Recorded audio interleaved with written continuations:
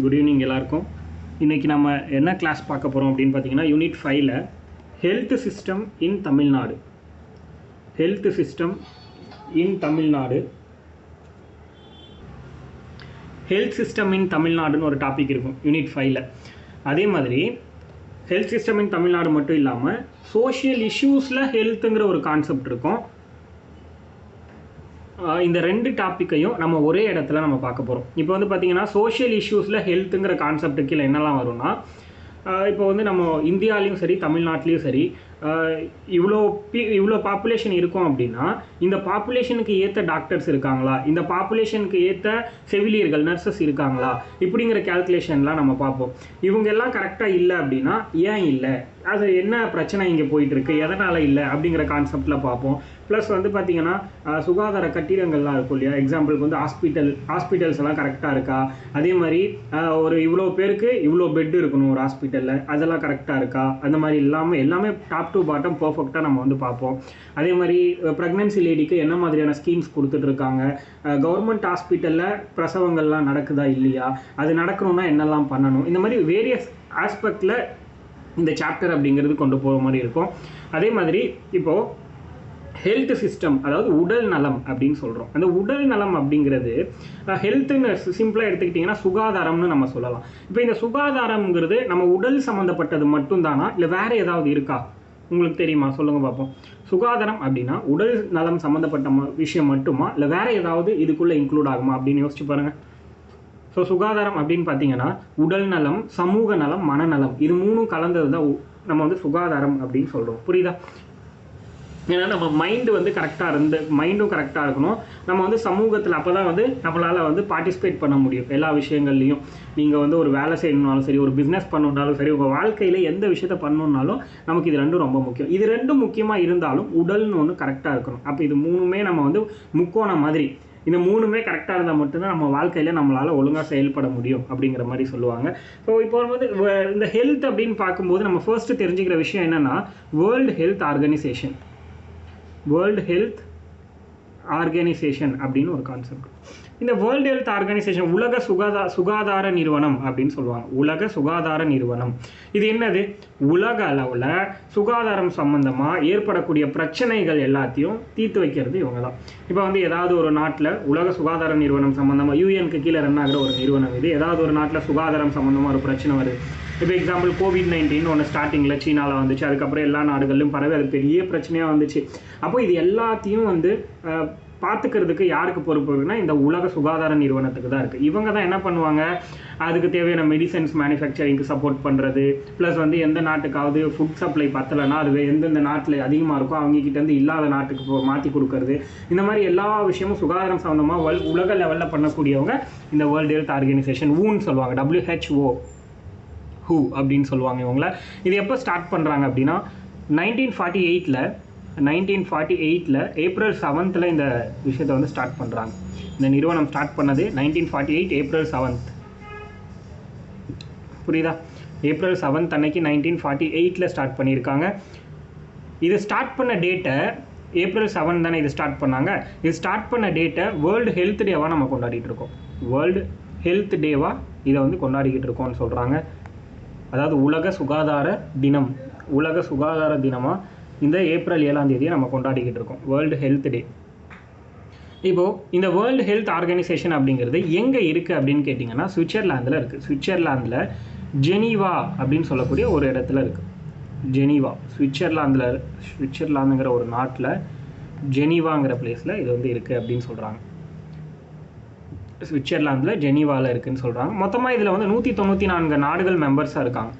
194 members எங்கே அப்படின்னா world health ஆர்கனைசேஷனில் மொத்தமாக இருக்கக்கூடிய மெம்பர்ஸ் எவ்வளோ பேர் அப்படின்னா, மொத்தமாக 194 நாடுகள் இருக்காங்க மெம்பர்ஸாக. ஸோ இதுக்கு வேர்ல்டு ஹெல்த் ஆர்கனைசேஷன் பொறுத்த வரைக்கும் ஒரு டைரக்டர் ஜெனரல் இருப்பார், அதாவது பொது இயக்குனர் அப்படின்னு ஒருத்தர் இருப்பார். டைரக்டர் ஜெனரல் மீன்ஸ் பொது இயக்குனர். ப்ரெசண்ட்டாக யார் பொது இயக்குனர் இருக்குது அப்படின்னா, director general of world health organisation அப்படின்னு பார்த்தோம்னா ப்ரெசண்ட்டாக யார் இருக்காங்க, டாக்டர் டெட்ராஸ் அதானம். இந்த பேர் நிறைய டைம் கேள்விப்பட்டிருப்பீங்க, நியூஸ் பேப்பரில் அடிக்கடி படிச்சிங்கன்னா இந்த நேம் வந்து நிறைய டைம் நியூஸில் வரும். டெட்ராஸ் அதனோம் கேப்ரியேசஸ் அப்படின்னு சொல்லிட்டு இருக்கும். நீங்கள் டெட்ராஸ் அதனோம் மட்டும் கூட போட்டுக்கோங்க, ஃபுல் நேம் எழுதணுங்கிற அவசியம்லாம் இல்லை. இவர் வந்து பார்த்தீங்கன்னா 2017 ஃபஸ்ட்டு எலெக்ட் பண்ணுறாங்க. இவர் வந்து ஒருத்தங்களை இந்த போஸ்ட்டுக்கு எலெக்ட் பண்ணுறாங்க அப்படின்னா 5 வருஷம் வரைக்கும் அந்த பதவியில் இருப்பாங்க. இவரை 2017 எலெக்ட் பண்ணுறாங்க. அடுத்து 2022 வரைக்கும் இருந்தார். அதுக்கப்புறம் திரும்பவும் 2022லையும் இவரையே அப்பாயிண்ட் பண்ணிட்டாங்க. அப்படின்னா 2027 வரைக்கும் திரும்பவும் இவர் தான் இருப்பார், அடுத்த 5 வருஷத்துக்கு. ஓகேவா? ஸோ 2 டைம் தொடர்ந்து இவரை தான் அப்பாயிண்ட் பண்ணியிருக்காங்க. சரி, இப்போது இது சம்மந்தமான சட்டங்கள் என்னெல்லாம் இருக்குதுன்னு பார்க்கலாம். நம்ம தமிழ்நாடை பொறுத்த வரைக்கும் தமிழ்நாடு பப்ளிக் ஹெல்த் ஆக்ட் அப்படின்னு ஒன்று இருக்குது. தமிழ்நாடு பப்ளிக் ஹெல்த் ஆக்ட், அதாவது தமிழ்நாடு பொது சுகாதார சட்டம் அப்படின்னு சொல்லலாம். தமிழ்நாடு பொது சுகாதார சட்டம், பப்ளிக் ஹெல்த் ஆக்ட் 1939 போட்டிருப்பாங்க இந்த ஆக்ட். தமிழ்நாடு பப்ளிக் ஹெல்த் ஆக்ட்டுங்கிறது 1939 தமிழ்நாடு பொது சுகாதார சட்டம் அப்படின்னு சொல்லலாம் தமிழில். அடுத்து பார்த்தீங்கன்னா Tamil Nadu birth and death registration act, Tamil Nadu birth and death registration act. Tamil Nadu பிறப்பு மற்றும் இறப்பு பதிவு சட்டம், தமிழ்நாடு பிறப்பு மற்றும் இறப்பு பதிவு சட்டம் 1969. Tamil Nadu birth and death registration act அப்படிங்கிறது 1969. நம்ம பார்க்குறோம்ல, இப்போ ஒரு குழந்தை பிறந்த உடனே அந்த குழந்தைக்கு நம்ம வந்து பர்த் சர்டிஃபிகேட் அந்த ஹாஸ்பிட்டல் மூலமாக வாங்குறோம் இல்லையா? அதே மாதிரி யாராவது இறந்து போயிட்டாங்கன்னா உடனே அவங்களுக்கு வந்து டெத் சர்டிஃபிகேட் அப்படின்னு ஒன்று நம்ம வாங்குகிறோம். ஏன்னா அது வாங்க வேண்டியது நம்மளோட கடமை. அப்போ தான் வந்து பார்த்திங்கன்னா அவங்க இறந்ததுக்கான அத்தாரிட்டியை நம்ம வந்து ப்ரொவைட் பண்ண முடியும். அவங்களோட ஓட்டர் ஐடி அது மாதிரி எல்லா விஷயத்தையும் நம்ம வந்து கேன்சல் பண்ணுறதுக்கு நம்ம அந்த சர்டிஃபிகேட் இருந்தால் மட்டும்தான் பண்ண முடியும். இன்கேஸ் வந்து இப்போ நம்ம வீட்டில் ஒரு தாத்தா பாட்டி இருக்காங்க, அவங்க இறந்து போகிறாங்க அப்படின்னா அவங்களுக்கு இது நாள் வரைக்கும் ஓஏபின்னு ஒன்று வந்திருக்கும். ஓல்டேஜ் பென்ஷன் ஸ்கீம் மூலமாக ஓஏபின்னு ஒன்று கொடுத்துட்டு இருந்திருப்பாங்க. அந்த ஓஏபி வந்து மந்த்லி 1000 ரூபா வந்திருக்கும். இப்போ அவங்க இறந்துட்டாங்க, இறந்து ஒரு 6 மாதம் வரைக்கும் நீங்கள் வந்து அந்த ஓஏபி வாங்கிட்டே இருக்கீங்க, அவர் இறந்ததே வெளியே சொல்லாமல் அப்படின்னா இது வந்து ஒரு மிகப்பெரிய அஃபென்ஸ். அப்போது இதை நம்ம அவங்க இறந்தாங்கன்னா அந்த சர்டிஃபிகேட் வாங்கி எடுத்துன்னு போயிட்டு டேரெக்டாக நீங்கள் தாலுக்கா ஆஃபீஸில் கொடுத்து இந்த மாதிரி இறந்துட்டாரு அப்படின்னு சொல்லிட்டு அதை வெரிஃபை பண்ணி இனிமேல் அந்த ஓஏபி வராத மாதிரி நம்ம ஸ்டாப் பண்ணணும். இல்லை அப்படின்னா அது ஒரு மிகப்பெரிய அஃபென்ஸ் அப்படின்ற மாதிரி சொல்லுவாங்க. இது எல்லாமே நம்ம வந்து இந்த ஆக்ட் கீழே பார்ப்போம். அதுக்கடுத்து காட்பா அப்படின்னு ஒரு சட்டம், COTPA அப்படின்னு சொல்லுவாங்க. காட்பா தட் மீன்ஸ் என்ன அப்படின்னா cigarette and other cigarette and other tobacco products prohibition act.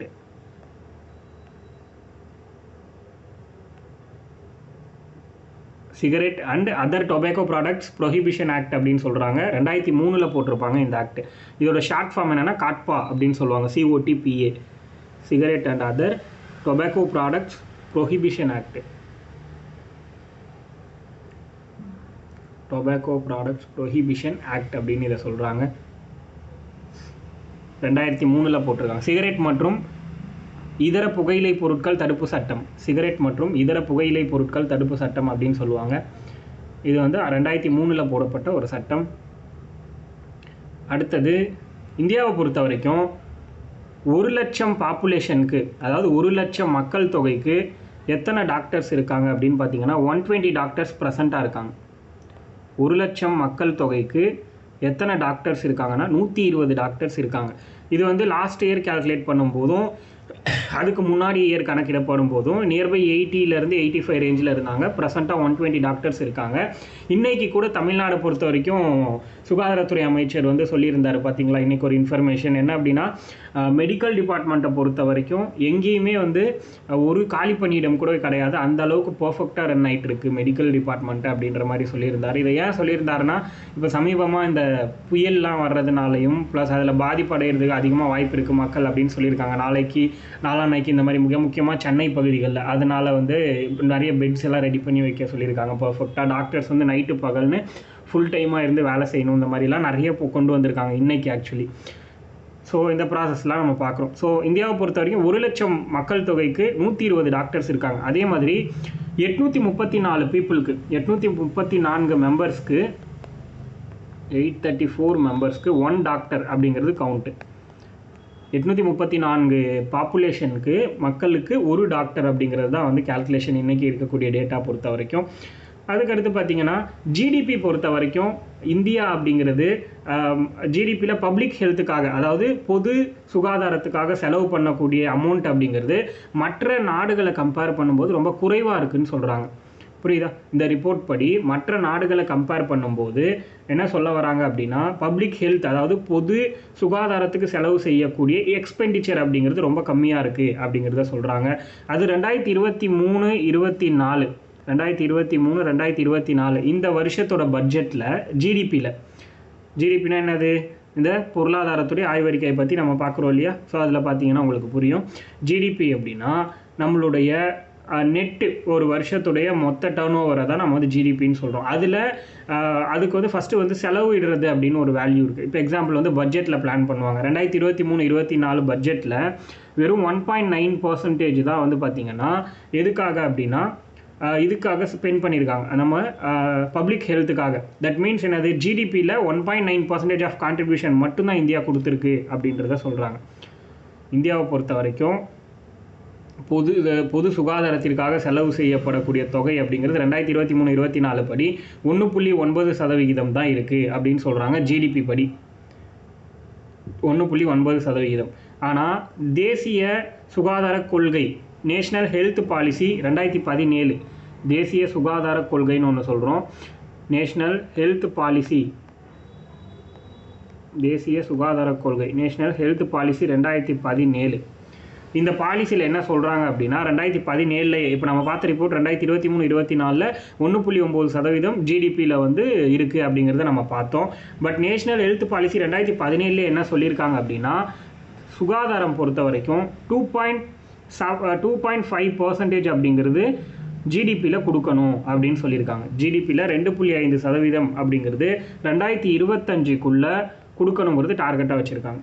புரியுதா? தேசிய சுகாதார கொள்கை 2017 என்ன சொல்கிறாங்க, 2025க்குள்ளே ஜிடிபியில் இந்தியாவோட நேஷ்னல் ஜிடிபியில் 2.5% ஆகுது பப்ளிக் ஹெல்த்துக்காக செலவு பண்ணணும், பொது சுகாதாரத்துக்காக செலவு பண்ணணும்னு சொல்கிறாங்க. ஆனாலும் 2023, 24 வரைக்கும் நம்ம 1.9% தான் செலவு பண்ணியிருக்கோம் அப்படிங்கிறதையும் கொடுத்துருக்காங்க. அதுக்கடுத்து பார்த்தீங்கன்னா தமிழ்நாட்டில் ஒரு ரிப்போர்ட் ஒன்று வெளியே வந்திருக்கு. சமீபத்தில் ஒரு 3 days பேக் ஒரு ரிப்போர்ட் வெளியே வந்துச்சு. எந்தெந்த விஷயத்துலலாம் தமிழ்நாடு இந்தியாவோட அதிகமாக இருக்குது அப்படிங்கிற ஒரு ரிப்போர்ட். அதாவது எந்தெந்த விஷயங்களில் தமிழ்நாடுங்கிறது இந்தியாவோட கொஞ்சம் அதிக லெவலில் வளர்ச்சி அடைஞ்சிருக்கு அப்படின்னு சொல்லிட்டு நீங்கள் ஒரு பாக்ஸ் மாதிரி போட்டுக்கோங்க. என்ன அப்படின்னா இன்ஃபோ அந்த எதை பற்றி பேசுகிறோமோ அது அந்த இன்ஃபர்மேஷன் அல்லது சிக்னிஃபிகன்ஸ் அந்த மாதிரி போட்டுக்கோங்க. ஒரு ஃபஸ்ட்டு காலமில், செகண்ட் காலமில் இந்த விஷயத்தில் தமிழ்நாடு, தேர்டு காலமில் இந்தியா. தமிழ்நாடு இந்தியா ரெண்டுத்தையும் கம்பேரிசன் மாதிரி நம்ம பார்க்குறோம். புரியுதா? அதில் ஃபஸ்ட்டு லைஃப் எக்ஸ்பெக்டன்சி வாழ்நாள் ஆயுட்காலம். மொத்தம் 10 டேட்டா இருக்கும். இதில் மொத்தமாக ஒரு 10 டேட்டா இருக்குது, அதனால் தெளிவாக நோட் பண்ணிக்கோங்க. வாழ்நாள் ஆயுட்காலம் ஃபஸ்ட்டு வருடங்களில் கணக்கிடுவோம். தமிழ்நாடு அப்படின்னு பார்த்தீங்கன்னா 73.4 வருடங்கள். தமிழ்நாடு வந்து பார்த்தீங்கன்னா வாழ்நாள் ஆயுட்காலமில் 73.4 ஆண்டுகள். இதுவே இந்தியாவை பொறுத்த வரைக்கும் 70.3 ஆண்டுகள். 70.3 ஆண்டுகள் தான். புரியுதா? இந்தியாவில் 70.3 வருஷம் தான் ஒரு நபரோட வாழ்நாள் ஆயுட்காலம்னு சொல்கிறாங்க. ஆனால் இந்தியா ஃபுல்லாக பார்க்கும்போது, அதுவே தமிழ்நாட்டில்னு பார்க்கும்போது 73.4 வருஷம் வரைக்கும் வாழ்வாங்க அப்படின்னு சொல்கிறாங்க. அப்போது தமிழ்நாடு லைஃப் எக்ஸ்பெக்டன்சியில் கொஞ்சம் ஹையாக இருக்காங்க அப்படின்னு சொல்லலாம். பிலோ பாவர்ட்டி லைன், ரெண்டாவது வந்து பிலோ பாவர்ட்டி லைன், வறுமை கோட்டிற்கு கீழ் வாழ்பவர்கள். பிலோ பாவர்ட்டி லைன் மீன்ஸ் வறுமை கோட்டிற்கு கீழ் வாழ்பவர்கள். சதவீதத்தில் சொல்கிறேன். இப்போ வந்து பர்சன்டேஜ், பிலோ பாவர்ட்டி லைனுங்கிறது பர்சன்டேஜில் சொல்கிறேன். தமிழ்நாடை பொறுத்த வரைக்கும் 2.2% தான் வந்து மக்கள் எங்கே இருக்காங்க அப்படின்னா பிலோ பாவர்ட்டி லைனுக்கு கீழே வாழ்கிறவங்க. வறுமை கோட்டுக்கு கீழே வாழ்கிறவங்க வெறும் 2.2% தான் அப்படின்னு சொல்கிறாங்க. தமிழ்நாடை பொறுத்த வரைக்கும் 2.2% மட்டுமே அப்படின்னு சொல்கிறாங்க. அதுவே இந்தியா அப்படின்னு பார்க்கும்போது 15%ன்னு சொல்கிறாங்க. 15% மக்கள் இந்தியாவில் வறுமை கோட்டுக்கு கீழே வாழ்கிறாங்க. அடுத்து மூணாவது ரெசிடென்ட்ஸ் ஆஃப்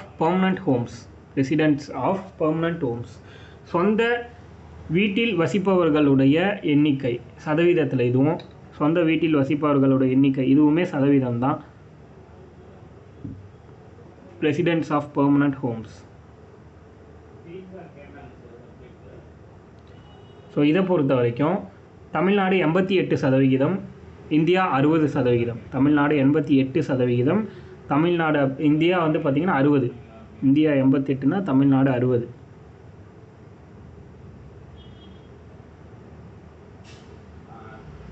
அதுக்கடுத்து விமன்ஸ் லிட்ரஸி ரேட், பெண்களின் கல்வி அறிவு விகிதம்.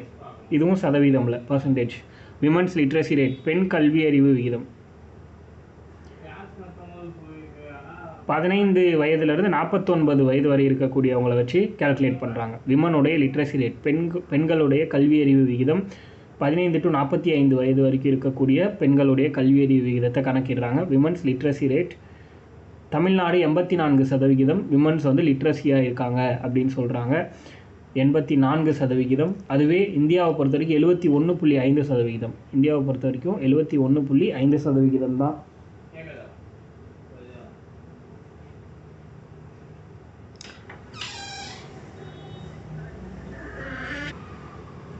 அடுத்தது 12+ years educated விமன்ஸ் அப்படிங்கிற ஒரு டாபிக், 5th ஒன்று. 12+ year educated விமன்ஸ், 12 வயதுக்கு மேற்பட்ட பெண்கள் எவ்வளோ வந்து கல்வி அறிவு சதவீதம் இருக்குது அப்படிங்கிற மாதிரி பார்க்குறோம். 12 வயதிற்கு மேற்பட்ட பெண்களுடைய கல்வி அறிவு விகிதம்.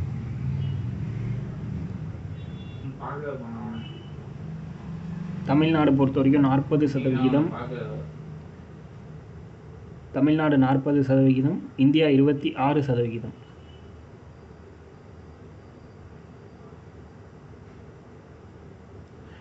அடுத்தது பார்த்தீங்கன்னா எம்எம்ஆர்.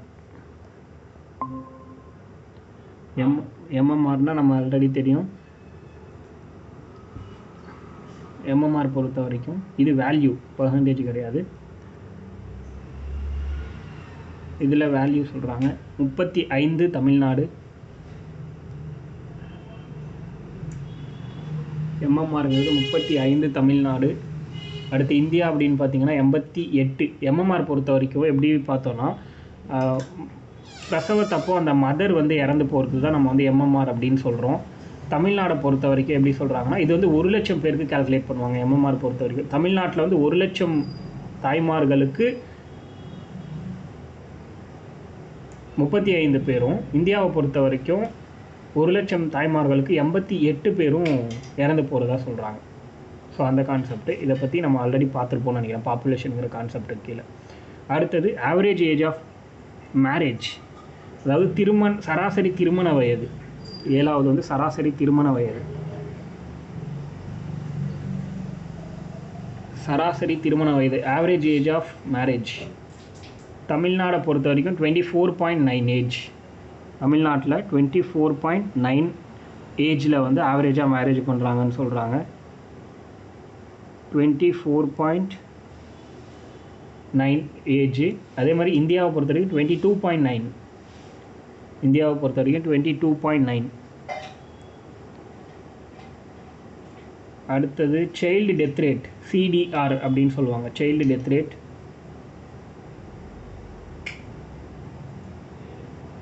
சைல்டு டெத் ரேட் அப்படின்னு பார்க்கும்போது தமிழ்நாட்டில் 12 பேர். இது வந்து 1000க்கு அப்படின்னு நம்ம கால்குலேட் பண்ணுவோம். தமிழ்நாடை பொறுத்த வரைக்கும் 12 பேர் இறந்து போகிறாங்க. 12 குழந்தைகள் பிறந்தவுடன் இறந்து போகிறாங்க இல்லையா, நியர்பை 0 to 6 years அந்த மாதிரிக்குள்ளேயே இறந்து போகிறவங்க. தமிழ்நாட்டில் 12 பேர். இந்தியாவை பொறுத்த வரைக்கும் 25 பேர். இந்தியாவை பொறுத்த வரைக்கும் 25 நபர்கள். அதுக்கடுத்து செக்ஸ் ரேஷியோ அட் பர்த், அதாவது பிறக்கும்போது பாலின விகிதம். பிறக்கும்போது பாலின விகிதம்னு சொல்லுவாங்க செக்ஸ் ரேஷியோ. அடுத்தது at birth, sex ratio at birth, பிறக்கும்போது பாலின விகிதம். இது வந்து பார்த்திங்கன்னா தமிழ்நாட்டில் 933 பேர். தமிழ்நாடை பொறுத்த வரைக்கும் 933. India 917. Tamil Nadu 933, India 917.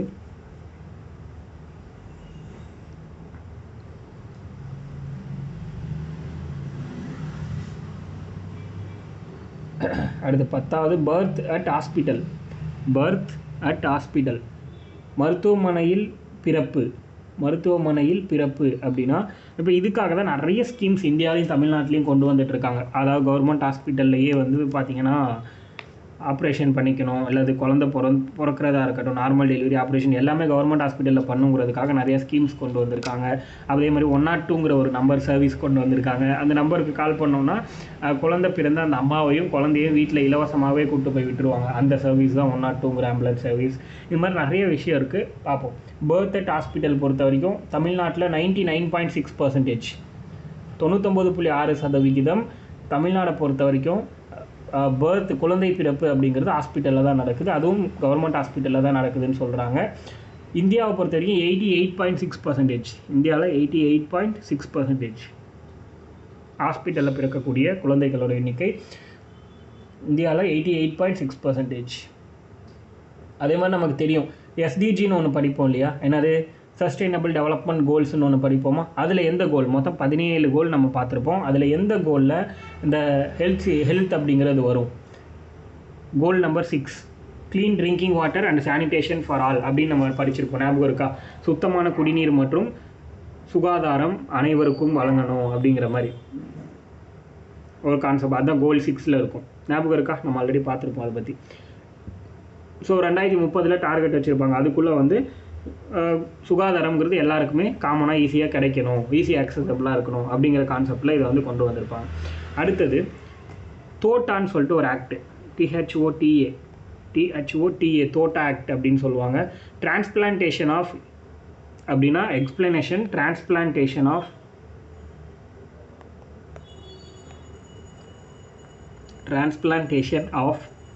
human organs, transplantation of human organs and tissues act அப்படின்னு சொல்கிறாங்க. human organs and tissues act,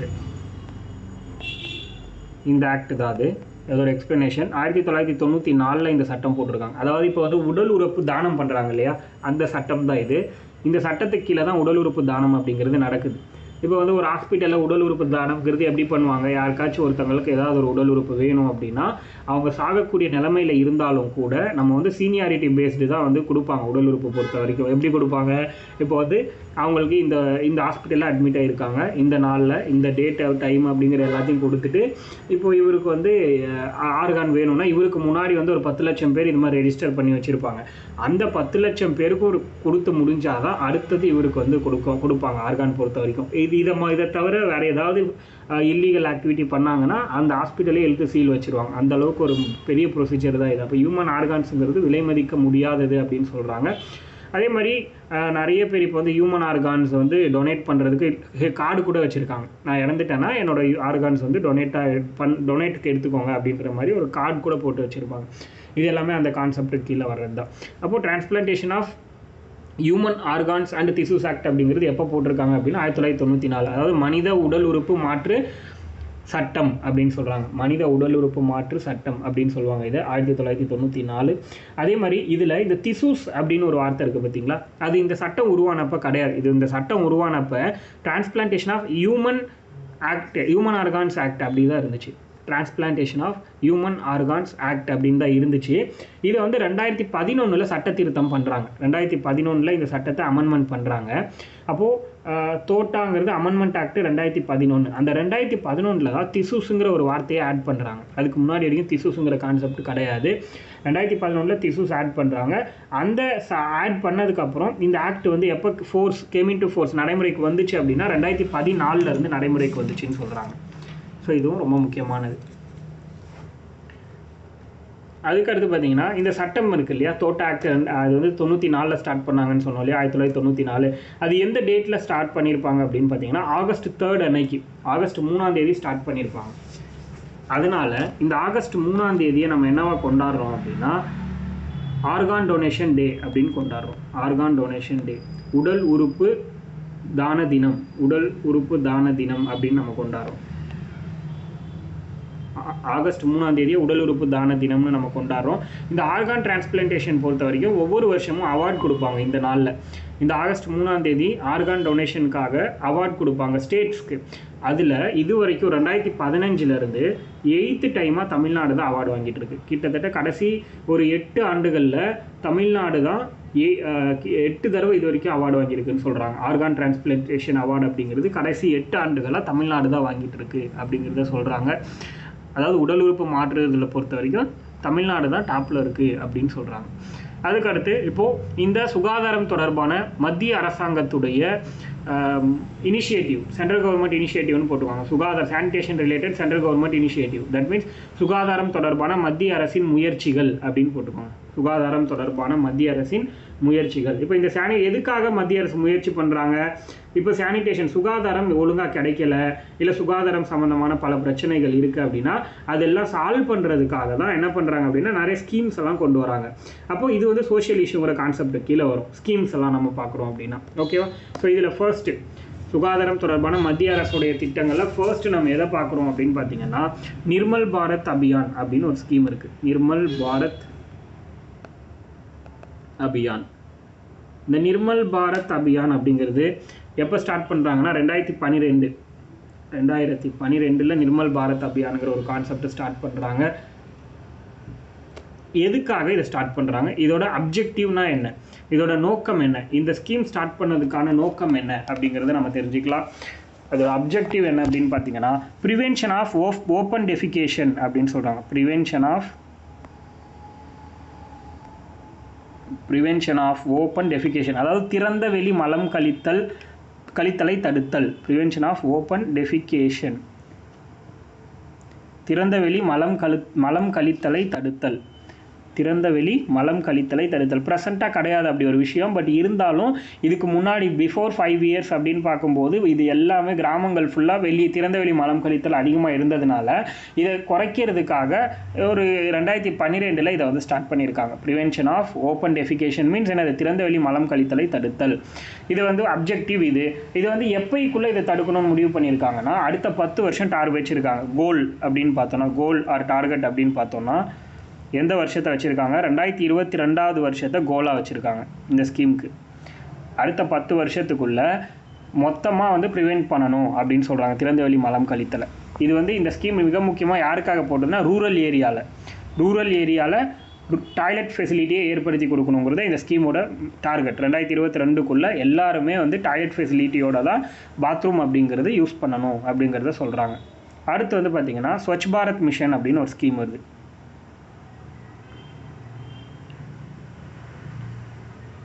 Swachh Bharat mission இதெல்லாம் இந்தி நேமில் வரும். தூய்மை இந்தியா இயக்கம்னு சொல்லுவாங்க தமிழில் சொல்லணும்னா. ஸ்வச் பாரத் மிஷனுங்கிறது தூய்மை இந்தியா இயக்கம்.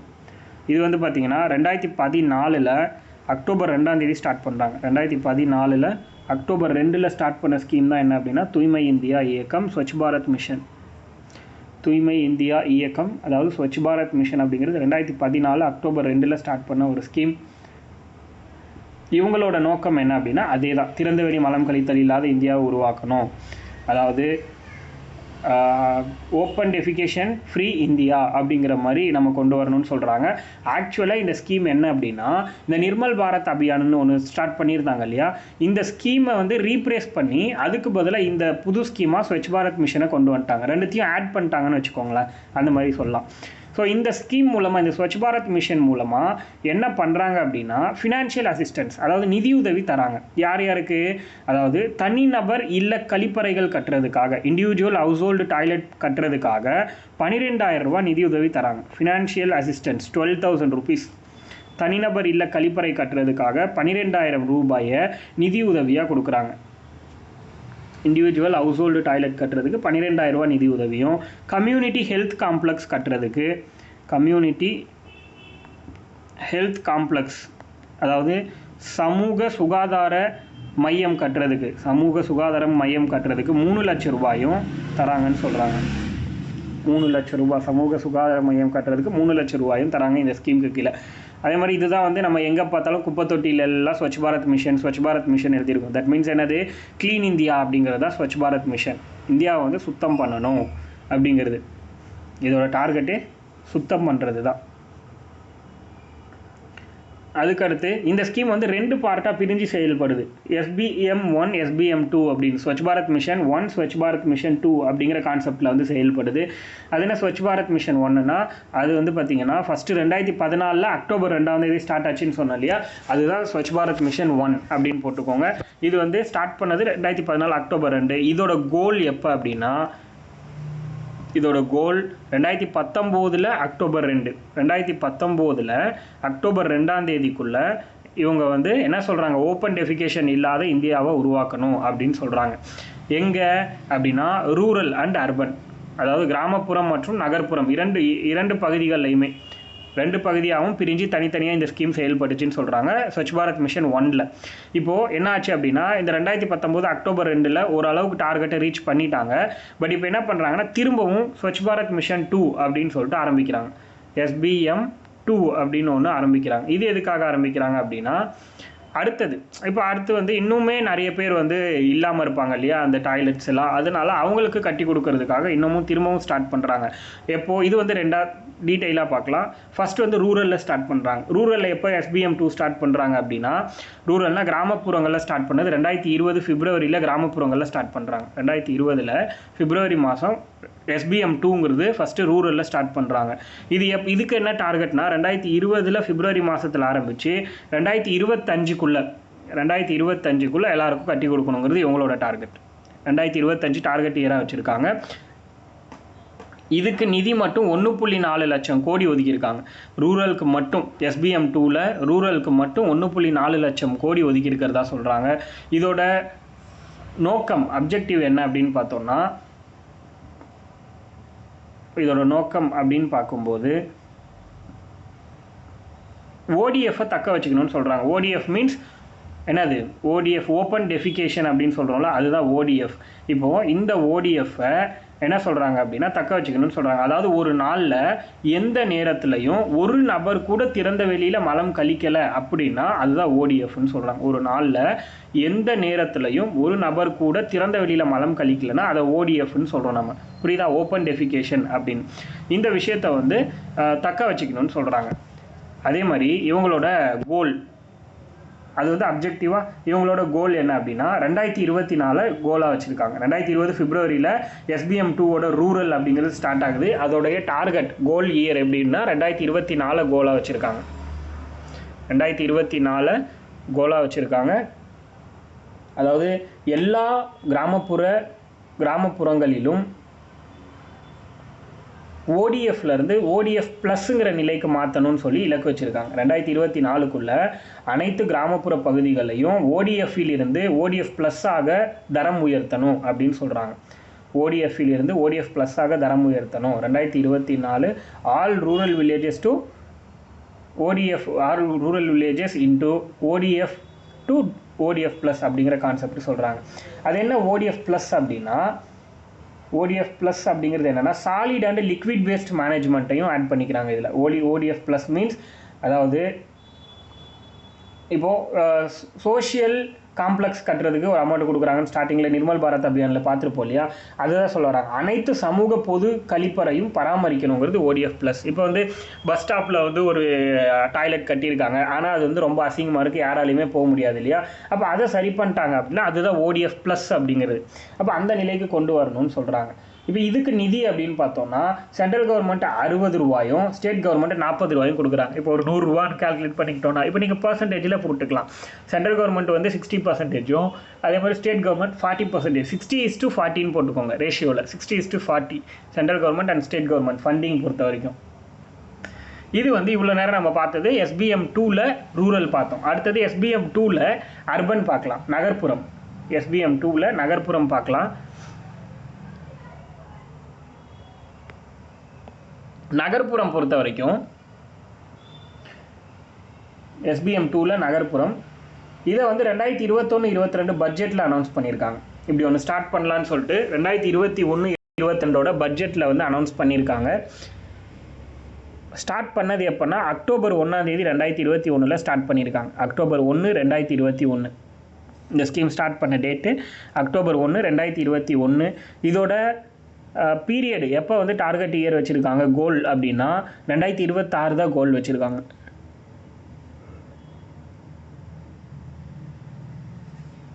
2026 கோலாக செட் பண்ணியிருக்காங்க. இப்போ நம்ம வந்து ரூரல்லையே வந்து ODF ப்ளஸ் எல்லாமே பார்த்துட்டோம். இப்போ ODF ப்ளஸ்லேருந்து ODF ++ஆக மாற்றணும்னு சொல்கிறாங்க. அர்பனில் ODF ப்ளஸ்லேருந்து ODF ++ஆக மாற்றணும் அப்படின்னு சொல்கிறாங்க. அப்படின்னா என்னது? ODF ++னால் இப்போ வந்து சாக்கடையோட வசதிகள் எல்லாம் வந்து கரெக்டாக பண்ணி கொடுக்கணும் அப்படிங்கிறது தான் ODF ++. புரியுதா?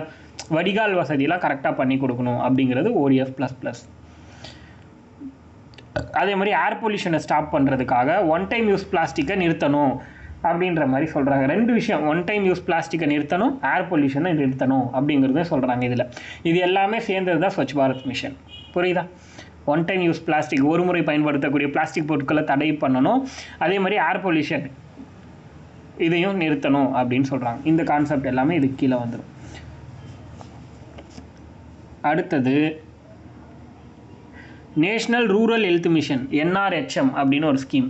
National rural health mission, NRHM, தேசிய ஊரக சுகாதார இயக்கம் அப்படின்னு சொல்லலாம். தேசிய ஊரக சுகாதார இயக்கம், அதுதான் NRHM அப்படின்னு சொல்கிறோம். தேசிய சுகாதார, அதாவது ஊரக சுகாதார இயக்கம், தேசிய national rural health mission 2005 start பண்ணியிருப்பாங்க இந்த ஸ்கீம். 2005. அதாவது எதுக்காக இந்த ஸ்கீம் 2005 ஸ்டார்ட் பண்ணுறாங்கன்னா, ரூரல் பாப்புலேஷன் இருப்பாங்க இல்லையா, அதாவது ஊரக பகுதிகளில் வசிக்கக்கூடிய மக்கள் தொகை, இவங்க எல்லாருக்கும் ஹெல்த் கேர் ஆக்சஸ் அப்படிங்கிறது எப்படி இருக்கணும் அப்படின்னா ரொம்ப அஃபோர்டபுளாகவும் ஈஸியாகவும் இருக்கணும்னு சொல்கிறாங்க. அதாவது சுகாதார வசதிகளை அணுகக்கூடிய முறை, ஊரக பகுதிகளில் வாழும் மக்கள் சுகாதார வசதியை அணுகும் முறைங்கிறது ரொம்ப ஓரளவுக்கு வந்து சுலபமாக இருக்கணும் அப்படின்றதுக்காக இந்த ஸ்கீம் ஸ்டார்ட் பண்ணுறாங்க. ஸ்பெஷலி வல்னரபிள்னால் இவங்க யாரை சொல்கிறாங்க? குழந்தைகளையும் பெண்களையும், சைல்டு அண்ட் விமன், இவங்களுக்கு வந்து ஈஸியாக வந்து ஆக்சஸ் பண்ணுற மாதிரி இருக்கணும் அப்படிங்கிற கான்செப்டில் சொல்கிறாங்க. அடுத்தது இந்த ஸ்கீமோட மிக முக்கியமான நோக்கம் எது? NRHM அப்படின்னு சொல்கிறது நேஷனல் ரூரல் ஹெல்த் மிஷன். இந்த ஸ்கீமோட மிக முக்கியமான நோக்கம் என்னென்னா, to decrease IMR and MMR. To decrease IMR and MMR அப்படின்னு சொல்கிறாங்க. இன்ஃபேன்ட் மார்டாலிட்டி ரேட், MMR அப்படிங்கிறது ஸோ மதர், அது வந்து பார்த்திங்கன்னா MMR. IMRனா குழந்தை இறப்பு விகிதம், MMRனா தாய்மார்கள் இறப்பு விகிதம், மெட்டர்னிட்டி மார்டாலிட்டி ரேட் அப்படின்னு சொல்லுவோம். Maternity mortality rate.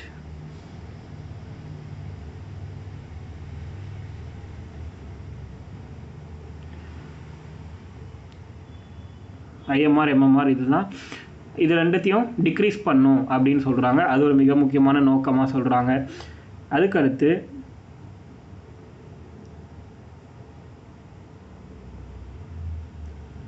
இப்போது இந்த ஸ்கீமுக்கு கீழே, இந்த NRHMக்கு கீழே யார் ஹெல்ப் பண்ணுவாங்க அப்படின்னா, ஆஷாஸ் அப்படின்னு சொல்கிறோம். ஆஷாஸ் அப்படின்னா நான் சொல்கிறேன், அக்ரெடிட்டட், நோட் பண்ணிக்கோங்க. Asha's, ASHAS, accredited social health activist அப்படின்னு சொல்லுவோம். Social health activist.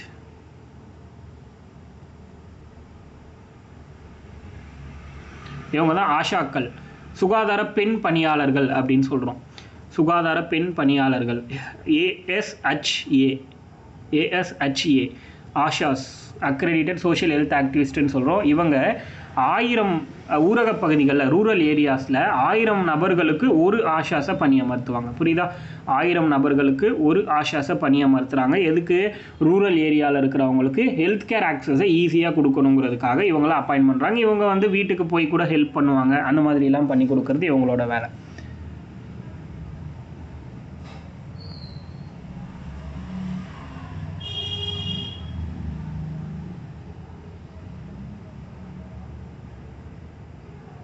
அதுக்கு அடுத்து பார்த்தீங்கன்னா NRHMங்கிறது நேஷனல் ரூரல் ஹெல்த் மிஷனா, அதே மாதிரி NUHM அப்படிங்கிறது national urban health mission. National urban health mission, தேசிய நகர்ப்புற சுகாதார இயக்கம். முன்ன பார்த்தது தேசிய கிராமப்புற அல்லது ஊரக சுகாதார இயக்கம், இப்போ பார்க்குறது தேசிய நகர்ப்புற சுகாதார இயக்கம். NUHM, national urban health mission அப்படின்னு சொல்கிறோம். இதை எப்போ ஸ்டார்ட் பண்ணியிருப்பாங்கன்னா 2013 ஸ்டார்ட் பண்ண ஒரு ஸ்கீம் இது. அது வந்து என்னது? ஹெல்த் கேர் ஆக்சஸ் அப்படிங்கிறது ஈஸியாக எல்லாருக்கும் கிடைக்கணும் அப்படின்னு சொன்னோம் கிராமப்புறத்தில். நகர்ப்புறத்தில் எல்லாருக்கும் ஈஸியாக கிடைச்சிரும், ஆனால் நல்ல ஃபெசிலிட்டி இருக்காது. அதனால என்ன சொல்கிறாங்க? Improving health facilities in urban ஏரியாஸ்ன்னு சொல்கிறாங்க. புரியுதா? அதாவது சுகாதார சேவைகளை இன்னும் கொஞ்சம் தரமானதாக உயர்த்த சொல்கிறாங்க நகர்ப்புற பகுதிகளில். Improving health facilities in urban areas.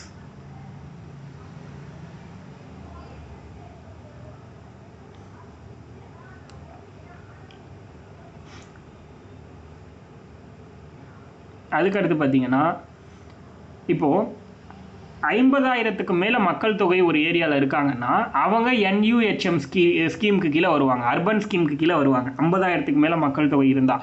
இதுவே 50,000க்கு கீழே மக்கள் தொகை இருந்துச்சுன்னா NRHM ஸ்கீமுக்கு கீழே வருவாங்க. புரியுதா? 50,000க்கு கீழே மக்கள் தொகை இருந்தால் NRHMோ, 50,000க்கு மேலே மக்கள் தொகை இருந்தால் NUHM ஸ்கீமுக்கு கீழேயும் வருவாங்கன்னு சொல்கிறாங்க. இப்போ இதுக்கு ஃபண்டிங் அப்படின்னு பார்த்தீங்கன்னா சென்ட்ரல் கவர்மெண்ட் 75%, ஸ்டேட் கவர்மெண்ட் வந்து 25% கொடுக்கறதா சொல்கிறாங்க. சென்ட்ரல் கவர்மெண்ட்டில் 75%, ஸ்டேட் கவர்மெண்ட்டில் 25% ஃபண்டிங் கொடுக்கறதா சொல்கிறாங்க. ஸோ அதனால் இதுவும் ரொம்ப முக்கியமானது. இந்த 2 ஸ்கீமுமே ரொம்ப ரொம்ப முக்கியம். அடிக்கடி கேட்குற கொஷின் இந்த 2 ஸ்கீமும். அதுக்கடுத்து மிஷன் இந்திரா தனுஷ் கேள்விப்பட்டிருக்கீங்களா? மிஷன் இந்திரா தனுஷ்னு ஒரு ஸ்கீம். இந்திரா தனுஷ் இயக்கம். இந்திரா தனுஷ் இயக்கம் அப்படின்னா என்ன? 2014 ஸ்டார்ட் பண்ணியிருப்பாங்க, 2014. இப்போ என்னன்னா நம்ம எந்தெந்த நோய்க்கெல்லாம் தடுப்பூசி போட்டு தடுக்க முடியுமோ அந்த நோய்க்கெல்லாம் தடுப்பூசி போட்டு தடுக்கிறது தான் இந்த ஸ்கீமோட நோக்கமே. புரியுதா?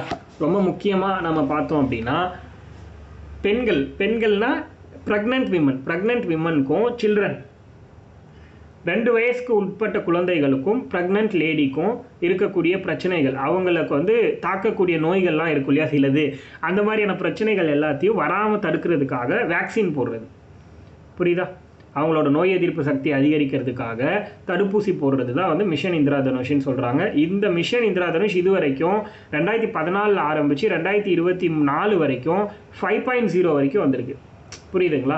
அதாவது 2014 2 வருஷத்துக்கு ஒரு டைம் வந்து அடுத்த ஸ்கீம் ஸ்டார்ட் பண்ணுவாங்க. தட் மீன்ஸ் என்ன 1.0ங்கிறது 2.0 மாறும். 2.0ல திரும்பவும் ஊசி போட்டிருப்பாங்க. 3.0ல திரும்பவும் ஊசி. அதே மாதிரி 4.0 எப்போல்லாம் ஸ்டார்ட் பண்ணுறாங்களோ அப்போல்லாம் திரும்ப கணக்கெடுப்பு எடுத்து அந்த பீப்புள்ஸ்க்கெல்லாம் ஊசி போடுவாங்க. இதுதான் அவங்களோட வேலை. இது வரைக்கும் 5.0 வரைக்கும் போயிருக்கு. ஸோ யார் இதுக்கு வந்து பெனிஃபிஷியரி பயனாளிகள் அப்படிங்கிறது இது எல்லாமே நம்ம பார்ப்போம். எந்தெந்த நோய்க்கு எதிராக போடுறதுன்னு பார்ப்போம். இப்போ மிஷன் இந்திரா தனுஷ்ங்கிறது 2014 ஸ்டார்ட் பண்ணாங்க. எதுக்காக ஸ்டார்ட் பண்ணாங்க இது எல்லாமே நம்ம பார்த்துட்டோம். அடுத்து இதோட அப்ஜெக்டிவ் என்ன, இதோடைய நோக்கம் என்ன அப்படின்னு பார்த்தீங்கன்னா 2 வயதிற்குட்பட்ட குழந்தைகள், அதாவது children under the age of 2 and pregnant women மற்றும் கர்ப்பிணி பெண்களின் நோய் எதிர்ப்பு சக்தியை தடுப்பூசி மூலம், கர்ப்பிணி பெண்களின் நோய் எதிர்ப்பு குழந்தைகள் மற்றும் 2 வயதிற்குட்பட்ட குழந்தைகள் மற்றும் கர்ப்பிணி பெண்களுடைய நோய் எதிர்ப்பு சக்தியினை தடுப்பூசி மூலம் அதிகரித்தல். அதுதான் நோக்கம், தடுப்பூசி மூலம் அதிகரித்தல். புரியுதா? Children under the age of 2 and pregnant womens are fully immunised by vaccination. இதுதான் இவங்களோட டார்கெட். அவங்களோட நோய் எதிர்ப்பு ஆற்றலை தடுப்பூசி மூலமாக அதிகரிக்கணும் அப்படிங்கிறது இவங்களோட டார்கெட்டாக வச்சுருக்காங்க. அடுத்தது ஃப்ரீ வேக்சின்ஸ். இப்போ எந்தெந்த நோய்க்கெலாம் வேக்சின்ஸ் போடுறாங்க அப்படின்னா ஒரு 12 வகையான நோய்க்கு எதிராக இந்த வேக்சின்ஸ் அப்படிங்கிறது போட்டுட்ருக்காங்க. அதில் ஒரு சில முக்கியமான நோய்களை மட்டும் நம்ம பார்க்கலாம். எக்ஸாம் பாயிண்ட் ஆஃப் வியூவில் கேட்கக்கூடிய நோய்கள் மட்டும் நம்ம என்னென்ன இருக்குது அப்படிங்கிறத நம்ம பார்க்கலாம். ஸோ ஃப்ரீ வேக்சின்ஸ் ஃபார், அதாவது இலவச தடுப்பூசிகள் மொத்தமாக 12 நோய்களுக்கு எதிராக போடுறாங்க. அதில் ஒரு சில நோய்கள் டிபி, காச நோயின்னு சொல்கிறோம்ல, டியூபர்குலோசிஸ். 1 காச நோய், அதாவது டியூபர்குலோசிஸ்.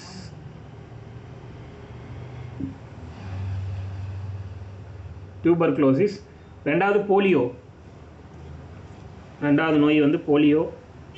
டியூபர்குலோசிஸ் காச நோய், போலியோ ரெண்டாவது. மூணாவது ஹெப்படைட்டிஸ் பி.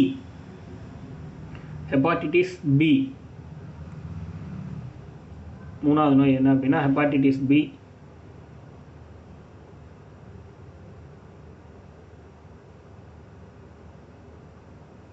அடுத்தது பார்த்தீங்கன்னா டிப்தீரியா.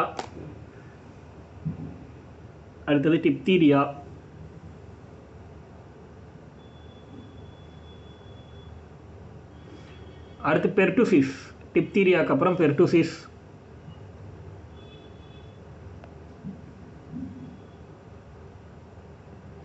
பெர்டுசிஸ்க்கு அப்புறம் tetanus. Tetanus.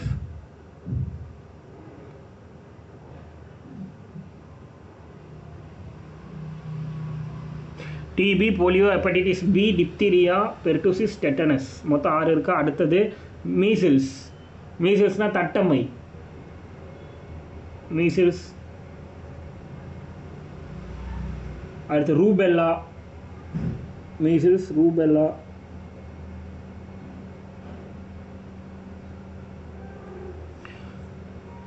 Rubella, pneumonia, rubella, pneumonia,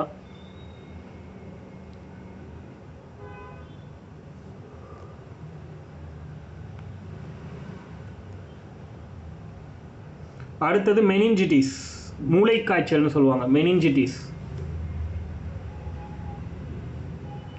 இந்த நோய்கள் எல்லாம் எழுதிக்கோங்க, இது கேட்கறதுக்கு வாய்ப்பு இருக்குது. எந்தெந்த நோய்க்கு எதிராக இந்த மிஷன் இந்திரதனுஷ் ஸ்டார்ட் பண்ணாங்க அப்படின்னு கேட்டாங்கன்னா இந்த நோய்கள் எல்லாம் எழுத தெரியணும். அடுத்தது இதை வந்து 5.0 வரைக்கும் வந்திருக்கு. 5.0 நம்ம என்ன சொல்கிறோம்னா இன்டென்சிஃபைட் மிஷன் இந்திரதனுஷ் அப்படின்னு சொல்கிறோம். மேம்படுத்தப்பட்ட இந்திரதனுஷ் திட்டம், இன்டென்சிஃபைடு இந்திரதனுஷ்,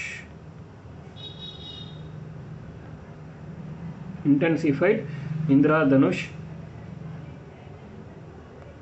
இன்டென்சிஃபைட் மிஷன் இந்திரதனுஷ்னு சொல்லலாம்.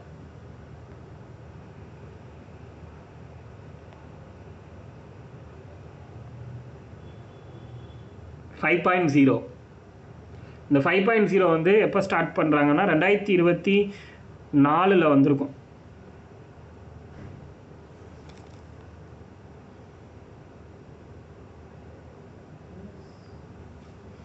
இந்திரதனுஷ் 5.0 அப்படிங்கிறது 2024 வந்திருக்கும்னு சொல்கிறாங்க.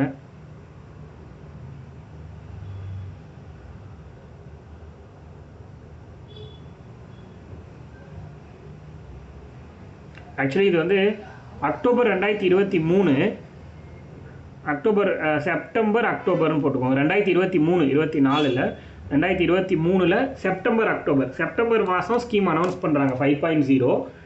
அக்டோபர் மாதம் அந்த ஸ்கீம் மூலமாக தடுப்பூசி போட்டு முடிக்கிறாங்க. 5.0ங்கிறது செப்டம்பர் அக்டோபர் 2023.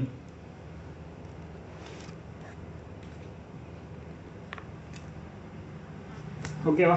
September October 2023. அடுத்தது இப்போது இதில் வந்து நம்மளோட டேட்டா, நம்ம வந்து ஊசி போட்டுக்கிட்டோமா இல்லையா அப்படிங்கிறத வெரிஃபை பண்ணுறது, இந்த மாதிரி சம்மந்தமான சர்டிஃபிகேட் டவுன்லோட் பண்ணுறது, இது எல்லாமே நமக்கு நோய் தடுப்பாற்றல் எப்படி இருக்குது இது எல்லாமே செக் பண்ணுறதுக்காக யூவின் அப்படின்னு சொல்லிட்டு ஒரு அப்ளிகேஷன் ஒன்று ஸ்டார்ட் பண்ணியிருக்காங்க கவர்மெண்ட்டு. ஒரு ஆப், யூவின்னு சொல்லிட்டு ஒரு ஆப். இது எப்போனா இதுதான் அக்டோபர் 2024 ஸ்டார்ட் பண்ண ஒரு ஆப். யூவின் அப்படிங்கிறது 2024 அக்டோபர் மாதம் ஸ்டார்ட் பண்ண ஒரு ஆப்பு. எதுக்காக அப்படின்னா நம்ம வந்து எந்த அளவுக்கு இம்யூனைஸ்ட் ஆகிருக்கோம் அப்படின்னு கண்டுபிடிக்கிறதுக்காக. தட் மீன்ஸ் எந்த அளவுக்கு நோய் தடுப்பாற்றல் நம்ம உடம்புக்குள்ளே இருக்குது அப்படிங்கிறத கண்டுபிடிக்கிறதுக்காக. அதே மாதிரி தடுப்பூசி திட்டங்கள் எல்லாத்தையும் இணையமயமாக்குறதுக்காகவும் இதை வந்து கொண்டு வந்திருக்காங்க அப்படின்னு சொல்கிறாங்க. தடுப்பூசி திட்டங்கள் அனைத்தையும் இணையமயமாக்கணும் அப்படிங்கிறதுக்காக டிஜிட்டலைஸ் இந்தியாஸ் இம்யூனைசேஷன் ப்ரோக்ராம்ஸ் அப்படின்னு சொல்கிறாங்க. ஓகேவா?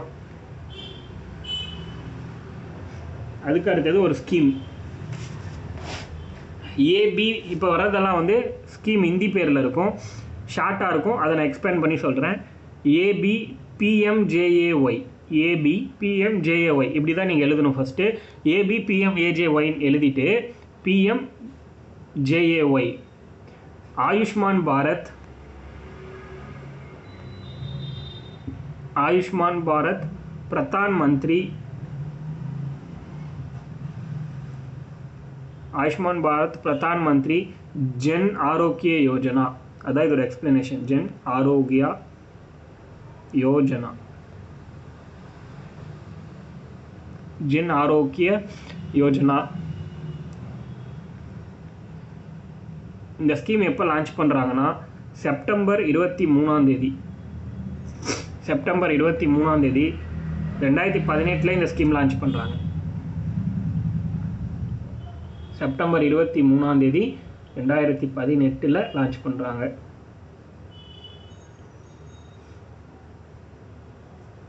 செப்டம்பர் 23 2018.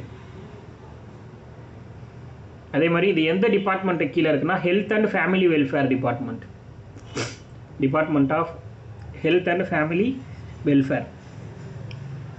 அதாவது உடல் நலம் மற்றும் குடும்ப நல அமைச்சகம்.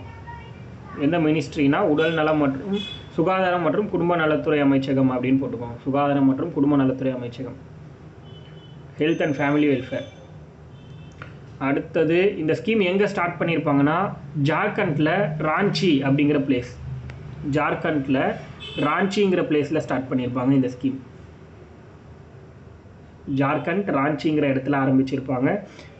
இந்த ஸ்கீம் உருவாக்குனதுக்கு காரணம் என்ன அப்படின்னு பார்த்தீங்கன்னா, தேசிய சுகாதார கொள்கை 2017 ரெக்கமெண்டேஷன் படி உருவாக்குனாங்க. புரியுதா? தேசிய சுகாதார கொள்கை 2017 நேஷனல் ஹெல்த் பாலிசி 2017 ரெக்கமெண்டேஷனை பேஸ் பண்ணி உருவாக்குனது தான் இந்த ஸ்கீம்.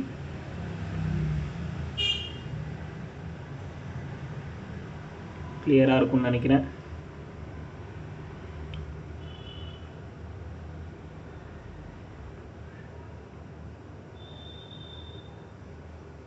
அடுத்தது இந்த ஸ்கீமுடைய நோக்கம், அப்ஜெக்டிவ் என்ன அப்படின்னா, மருத்துவ காப்பீடு கொடுக்கறது, கேஷ்லெஸ் கவர், மருத்துவ காப்பீடு அப்படிங்கிறத கொடுக்குறாங்க. உலகத்திலேயே வேர்ல்டுலேயே நம்ம இந்தியாவில் இந்த ஸ்கீமுக்கு கீழே கொடுக்கறது தான் அதிகபட்ச மருத்துவ காப்பீடு. வேறு எந்த நாட்டிலையுமே இந்த அளவுக்கு ஒரு ஃபேமிலிக்கு மருத்துவ காப்பீடுங்கிறது கொடுக்கறது கிடையாது. ஏன் அப்படின்னா 5 லட்ச ரூபா கொடுக்குறாங்க ஒரு குடும்பத்துக்கு. புரியுதா? மருத்துவ காப்பீடுங்கிறது ஒரு குடும்பத்துக்கு 5 லட்ச ரூபா வரைக்கும் கொடுக்குறாங்க. அதுதான் இந்த ஸ்கீமோட நோக்கம். Cashless cover of up to 5 lakhs, cashless cover of up to 5 lakhs to each eligible family. தகுதி உள்ள அனைத்து குடும்பத்தினருக்கும் 5 லட்சம் வரை மருத்துவ காப்பீடு வழங்கப்படுகிறது. தகுதியுள்ள அனைத்து குடும்பத்தினருக்கும் 5 லட்சம் வரை மருத்துவ காப்பீடு வழங்கப்படுகிறது. இதெல்லாம் நீங்கள் தெரிஞ்சு வச்சுக்கணும், உங்களுக்குமே யூஸ் ஆகும். இதெல்லாம் எக்ஸாம் பாயிண்ட் ஆஃப் வியூவில் மட்டும் படிக்கக்கூடாது, நம்ம லைஃப்க்குமே இதெல்லாம் யூஸ் ஆகுறது அப்படிங்கிறத தெரிஞ்சுக்கிட்டு நம்ம படிக்கணும். இது வரைக்கும் இந்த ஸ்கீமுக்கு கீழே நம்ம எதுவும் பண்ணலையா, அப்போ இந்த ஸ்கீமுக்கு கீழே நம்ம ரெஜிஸ்டர் பண்ணி வச்சுக்கணும்.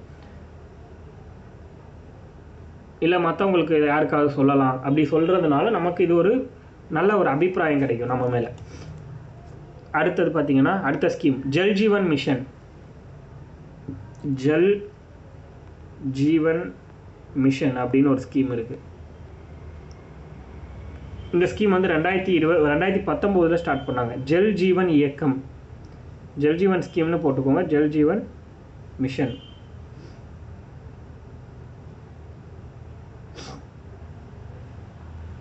இந்த ஜல் ஜீவன் மிஷன் எப்போ ஸ்டார்ட் பண்ணுறாங்க அப்படின்னு பார்த்தீங்கன்னா 2019. இது எதுக்குன்னா, அதாவது எல்லா வீட்டுக்கும், இந்தியாவில் இருக்கிற எல்லா வீட்டுக்கும், அதாவது கிராமப்புற பகுதிகளில், ரொம்ப முக்கியமாக ரூரல் ஏரியாஸ், இந்தியாவில் இருக்கக்கூடிய கிராமப்புற பகுதிகள் இருக்கக்கூடிய எல்லா வீடுகளுக்கும் குழாய் மூலமாக தண்ணி வர ஏற்பாடு பண்ணி கொடுக்கணும். புரியுதா? டேப் கனெக்ஷன் மூலமாக தண்ணியை வர வைக்கிறது தான் இந்த ஸ்கீமோட மிக முக்கியமான நோக்கம் அப்படின்னு சொல்கிறாங்க. அதாவது to provide objective to provide functional household tap connection, to provide functional household tap connection to every rural households, to provide functional household tap connection to every rural households அப்படின்னு சொல்கிறாங்க. அதாவது அனைத்து கிராமப்புற பகுதிகளில் உள்ள வீடுகளுக்கும் செயல்படக்கூடிய குழாய் மூலமான குடிநீர் வழங்குதல், செயல்படக்கூடிய குழாய் மூலம் குடிநீர் வழங்குதல், அதான் இதோடைய நோக்கம்.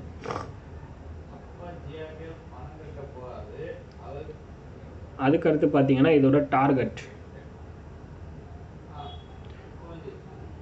கோல் அப்படின்னு பார்த்தீங்கன்னா 2024 வருஷத்தை கோலாக வச்சுருக்காங்க.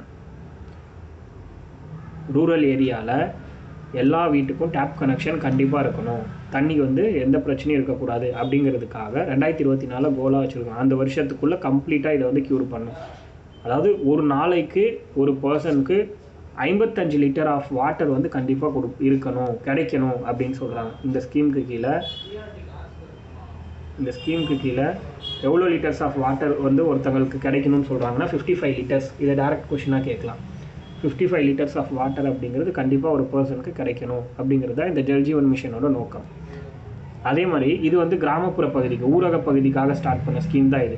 பிற்காலத்தில் 2021-22 பட்ஜெட்டில் என்ன பண்ணாங்க அப்படின்னு பார்த்தீங்கன்னா 2021-22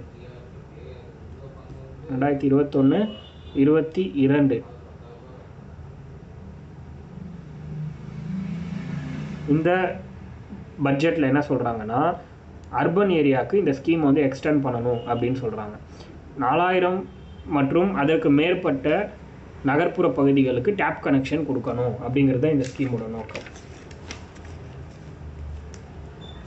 அடுத்தது நமஸ்தே அப்படின்னு ஒரு ஸ்கீம்.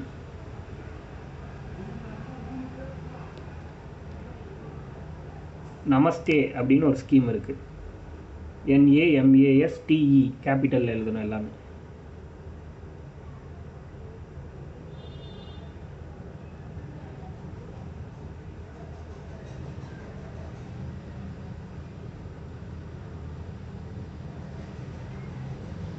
நமஸ்தேங்கிற ஸ்கீமை பற்றி தெரிஞ்சுக்கலாம். இந்த நமஸ்தேனா என்னென்ன எக்ஸ்பிளனேஷன் சொல்கிறோம், எழுதிக்கோங்க. நேஷ்னல் ஆக்ஷன் ஃபார்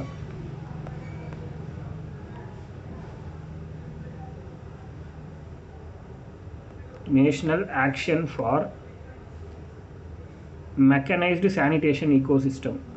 Mechanized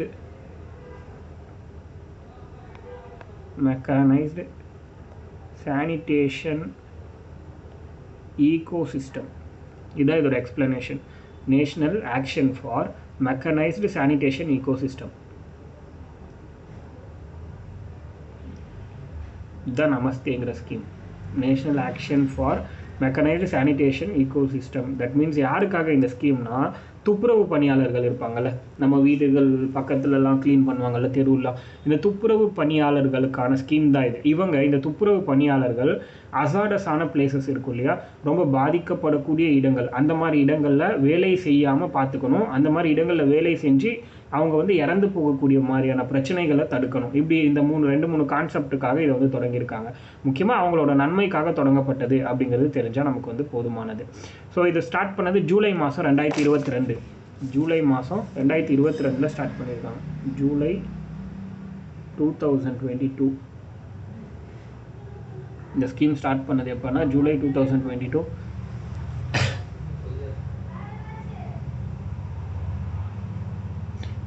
எதுக்காக ஸ்டார்ட் பண்ணுறாங்க? To promote safety and dignity. To promote safety and dignity for sanitation workers. To promote safety and dignity for sanitation workers. அதாவது சுகாதார பணியாளர்களின் பாதுகாப்பு மற்றும் கண்ணியத்தை மேம்படுத்தணும். சுகாதார பணியாளர்களின் பாதுகாப்பு மற்றும் கண்ணியத்தை மேம்படுத்துதல்.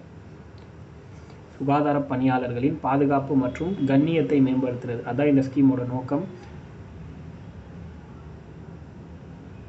ரொம்ப முக்கியமாக இவங்க வந்து அசாடஸ் கண்டிஷனில் வேலை பார்க்காம பாதுகாக்கணும், அதுதான் ரொம்ப முக்கியம். இதை இம்ப்ளிமெண்ட் பண்ணுறது யார் அப்படிங்கிறது தெரியணும். 2 டிபார்ட்மெண்ட் வந்து இதை இம்ப்ளிமெண்ட் பண்ணுறாங்க. யாருன்னா ஜாயிண்ட் இனிஷியேட்டிவ்னு சொல்கிறாங்க, கூட்டு முயற்சி. 2 டிபார்ட்மெண்ட்டோட கூட்டு முயற்சி. Ministry of social justice and empowerment. Ministry of social justice and empowerment, அதாவது சமூக நீதி மற்றும் அதிகாரமளித்தல் துறை. சமூக நீதி மற்றும் அதிகாரமளித்தல் அமைச்சகம். சமூக நீதி மற்றும் அதிகாரமளித்தல் அமைச்சகம், அது ஒரு ministry. Ministry of social justice and எம்பவர்மெண்ட்டுங்கிறது ஒன்று. சமூக நீதி மற்றும் அதிகாரமளித்தல் துறை அப்படின்னு சொல்லலாம், அதுவும். அடுத்தது ministry of housing and urban affairs. Ministry of housing and urban affairs.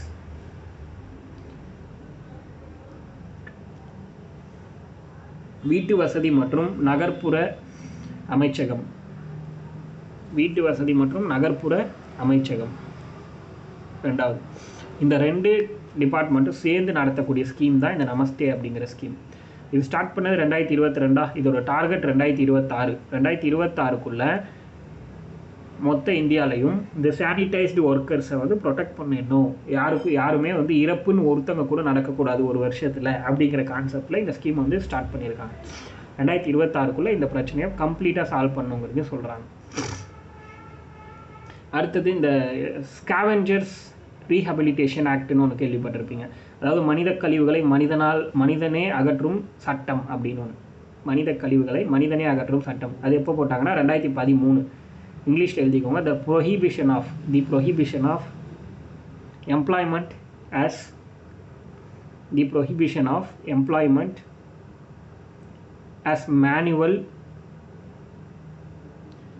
as manual scavengers manual scavengers and the prohibition of employment as manual scavengers and their rehabilitation act அதாவது மனித கழிவுகளை மனிதனே அகற்றுவது ஒழிப்பு சட்டம். மனித கழிவுகளை மனிதனே அகற்றுவது ஒழிப்பு சட்டம் 2013 போட்டிருப்பாங்க.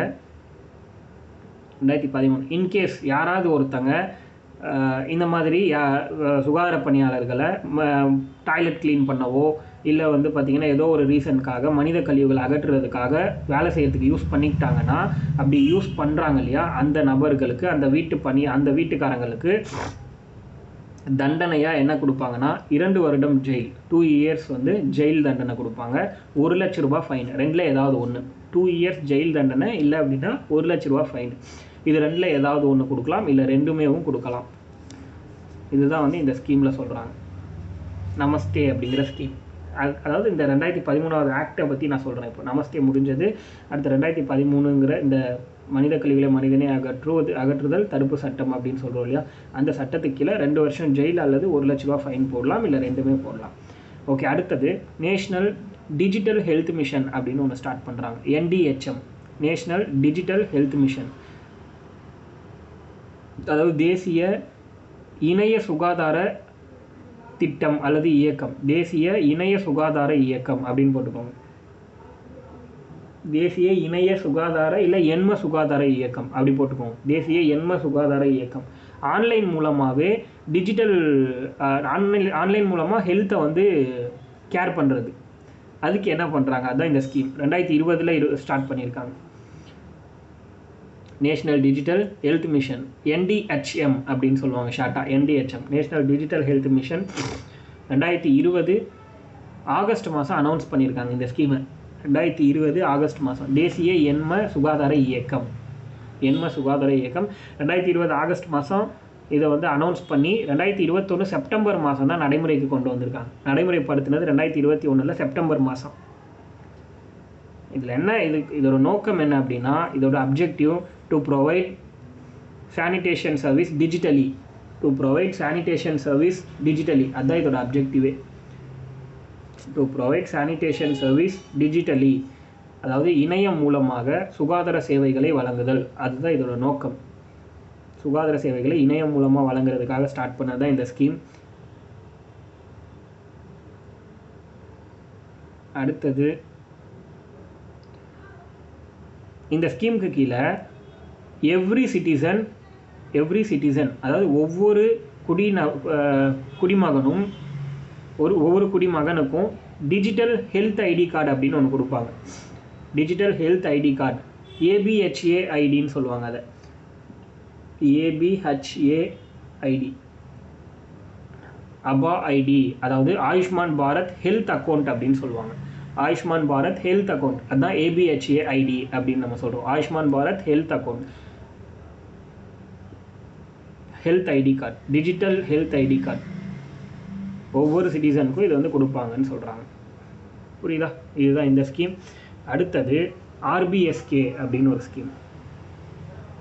RBSK அப்படின்னா என்னென்னா, ராஷ்ட்ரிய பால் ஸ்வஸ்திய காரியக்ரம். ராஷ்ட்ரிய பால் ஸ்வஸ்திய காரியக்ரம். இந்த ராஷ்ட்ரிய பால் ஸ்வஸ்திய காரியக்ரம் அப்படின்னா, பால் ஸ்வஸ்தியனா குழந்தைகளுக்கான ஒரு ஸ்கீம். பால் ஸ்வஸ்தியனா குழந்தைகளுக்கான ஸ்கீம்னு நம்ம சொல்கிறோம். ராஷ்ட்ரிய பால் ஸ்வஸ்திய காரியக்ரம் இது 2015 ஏப்ரல் மாதம் ஸ்டார்ட் பண்ணியிருக்காங்க. 2015 April month. 2015 April month start பண்ண ஒரு ஸ்கீம் தான் இந்த RBSK அப்படிங்கிற scheme.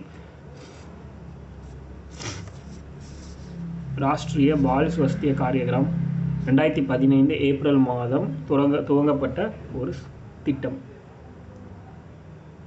School students health scheme அப்படின்னு சொல்கிறாங்க இதை.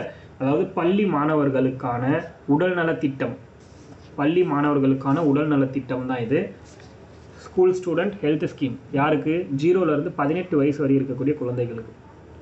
0லேருந்து 18 வயசு வரை இருக்கக்கூடிய பள்ளி குழந்தைகளுக்கான ஒரு சுகாதார திட்டம் அப்படின்னு சொல்லலாம். பள்ளி குழந்தைகளுக்கான சுகாதார திட்டம் 0 முதல் 18 வயது வரை.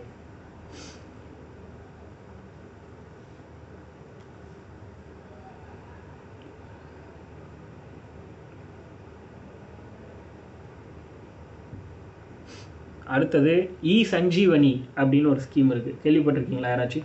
இ சஞ்சீவனி. இதெல்லாம் ஓப்பன் பண்ணி பாருங்கள் ஃப்ரீயாக இருக்கும்போது. இ சஞ்சீவனின்னு வெப்சைட்டுக்குள்ளே போய் பாருங்கள். இதெல்லாம் என்னத்துக்குன்னு தெரியும்.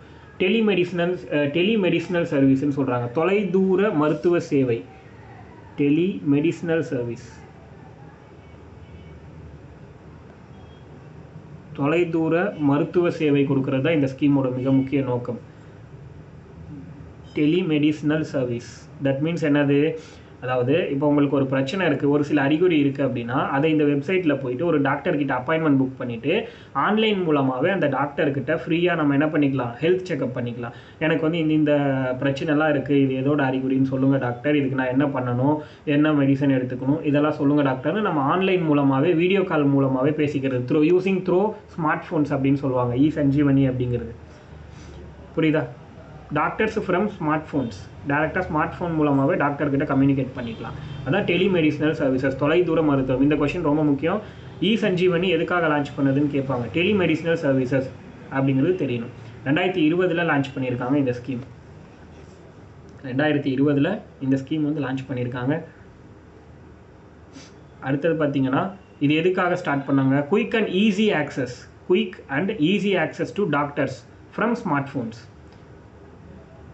புரியுதா? இப்போ நான் சொன்ன அதே கான்செப்டை தான் சொல்கிறாங்க. அதாவது ஈஸியாகவும் ரொம்ப குயிக்காகவும் ஒரு மருத்துவரை ஃபோன் மூலமாகவே நம்மளால் வந்து கான்டாக்ட் பண்ணி பேசிக்க முடியும்னு சொல்கிறாங்க. இந்த விஷயத்துக்காக பெஸ்ட் ஸ்டேட் அவார்ட், சிறந்த மாநில விருது அப்படிங்கிறத தமிழ்நாடு 2022 வாங்கியிருக்கு. இ சஞ்சீவனியை சிறந்த முறையில் செயல்படுத்தினதுக்காக பெஸ்ட் ஸ்டேட் அவார்ட், சிறந்த மாநில விருது தமிழ்நாட்டுக்கு வழங்கப்பட்டிருக்கு 2022.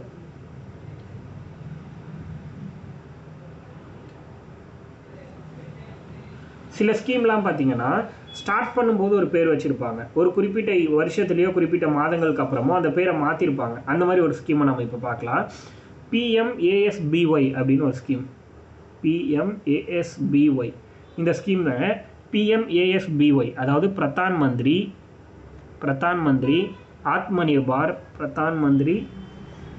ஆத்மநிர்பார் ஸ்வஸ்த் பாரத் யோஜனா அப்படின்னு ஒரு ஸ்கீம். ஸ்வஸ்த்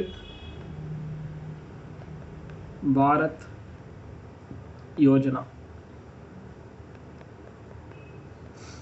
பிரதான் மந்திரி ஆத்மநிர்பார் ஸ்வஸ்த் பாரத் யோஜனா. அதுதான் PMASBY அப்படிங்கிற ஸ்கீம். அந்த இதோட எக்ஸ்பேன்ஷன் அதுதான் பிரதான் மந்திரி ஆத்மநிர்பார் ஸ்வஸ்த் பாரத் யோஜனா. இது வந்து February 2021 ஸ்டார்ட் பண்ணுறாங்க. February 2021 ஸ்டார்ட் பண்ணுறாங்க.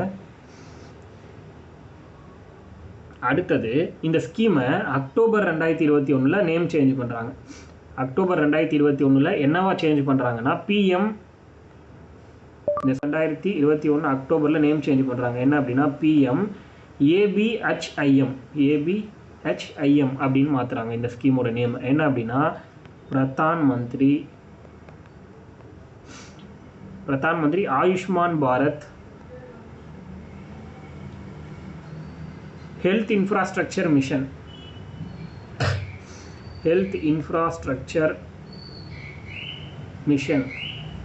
அப்படின்னு பேர் மாற்றுறாரு. Pradhan Mantri Ayushman Bharat health infrastructure mission இந்த மாதிரி பேரை மாற்றுறாங்க. புரியுதா? இது வந்து October 2021 மாற்றுறாங்க. எதுக்கு இந்த ஸ்கீம்னா, அந்த ஸ்கீமோட பேர்லேயே இருக்குது பாருங்கள், இன்ஃப்ராஸ்ட்ரக்சர் அப்படின்னு ஒரு வார்த்தை. அதாவது to strengthen India's public health infrastructure அப்படின்னு சொல்கிறாங்க. டு ஸ்ட்ரென்தன் இந்தியாவுடைய பப்ளிக் ஹெல்த் இன்ஃப்ராஸ்ட்ரக்சர். அதாவது இந்தியாவுடைய பொது சுகாதார கட்டிடங்கள் இருக்கும் இல்லையா, ஹாஸ்பிட்டல்ஸ், கவர்மெண்ட் ஹாஸ்பிட்டல்ஸ். இந்த கவர்மெண்ட் ஹாஸ்பிட்டல் எல்லாத்தையும் ரெனோவேஷன் பண்ணணும்னு சொல்கிறாங்க. இன்னும் வந்து ஸ்ட்ராங் பண்ணுமா, இப்போ வந்து ரொம்ப 10, 20, 30 வருஷத்துக்கு முன்னாடி கட்டின கவர்மெண்ட் ஹாஸ்பிட்டலாக இருக்கும், பார்க்கவே இடிஞ்சு போன மாதிரி ரொம்ப அசிங்கமாக இருக்கும். அந்த மாதிரி ஹாஸ்பிட்டல் எல்லாத்தையும் இடிச்சிட்டு புதுசாக கட்டணும். அதே மாதிரி இன்னும் பழைய இதை விட இன்னும் நல்ல ஆக்சசபிள், அதாவது ஊனமுற்றோர்கள் எல்லாரும் ஆக்சசபிள் பண்ணிக்கிற மாதிரி இந்த மாதிரி விஷயத்தெல்லாம் கொண்டு வரணும் அப்படின்னு சொல்கிறாங்க. இதெல்லாம் எப்போக்குள்ளே கொண்டு வரணும்னா, இந்த ஸ்கீம் ஸ்டார்ட் பண்ணது 2021, 26க்குள்ளே எல்லாமே கம்ப்ளீட் பண்ணும் பர்ஃபெக்டாக அப்படின்னு சொல்கிறாங்க இந்த ஸ்கீமை. அப்போ டார்கெட் இயர் என்ன அப்படின்னா கோல் அப்படின்னு 2026வது வருஷத்தை வச்சுருக்காங்க.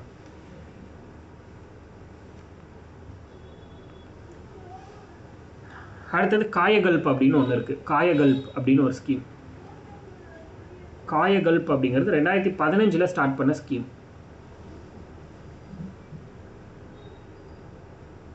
காயகல்ப் அப்படிங்கிற ஸ்கீம் எப்போனா 2015 ஸ்டார்ட் பண்ணியிருக்காங்க. ஸ்வச் பாரத் மிஷன் ஒன்று படித்தோம் இல்லையா, அதுக்கு கீழே செயல்படக்கூடிய ஒன்று தான் இது. இது என்னன்னா, இது ஒரு ஸ்கீமுன்னு சொல்கிறத விட இது ஒரு அவார்டுன்னு சொல்லலாம். இப்போ எக்ஸாம்பிளுக்கு எந்த ஹாஸ்பிட்டல் இந்தியாவிலேயே ரொம்ப க்ளீனாகவும் ஹைஜீனாகவும் இருக்கோ, இன்ஃபெக்ஷன் கண்ட்ரோல் பண்ணி பர்ஃபெக்டாக பண்ணியிருக்காங்களோ, அந்த மாதிரி இருக்கக்கூடிய நல்லா ஒரு ஃபெசிலிட்டி நல்ல ஃபெசிலிட்டியோடு இருக்கக்கூடிய ஹாஸ்பிட்டலுக்கு அவார்டு கொடுப்பாங்க ஒவ்வொரு வருஷமும். அதுதான் காயகல்ப் விருது அப்படின்னு சொல்லுவாங்க, காயகல்ப் அவார்டு. புரியுதா? To promote cleanliness, hygiene and infection control in public health care facilities. புரியுதா? அதாவது சுத்தம் சுகாதாரத்தையும் மேம்படுத்தக்கூடிய மருத்துவமனைகளுக்கு விருது வழங்கக்கூடிய திட்டம். அவ்வளோதான். சுத்தம் சுகாதாரத்தை மேம்படுத்தக்கூடிய நிறுவனங்களுக்கு விருது வழங்கக்கூடிய திட்டம்.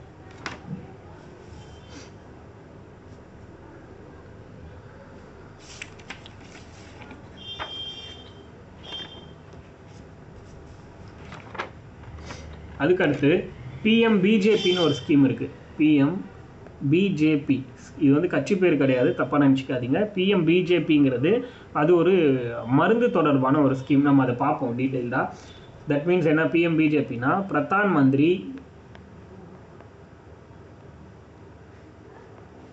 மந்திரி பாரதிய ஜன் ஔஷாதி பரியோஜனா. பிரதான் மந்திரி பாரதிய ஜன் ஔஷாதி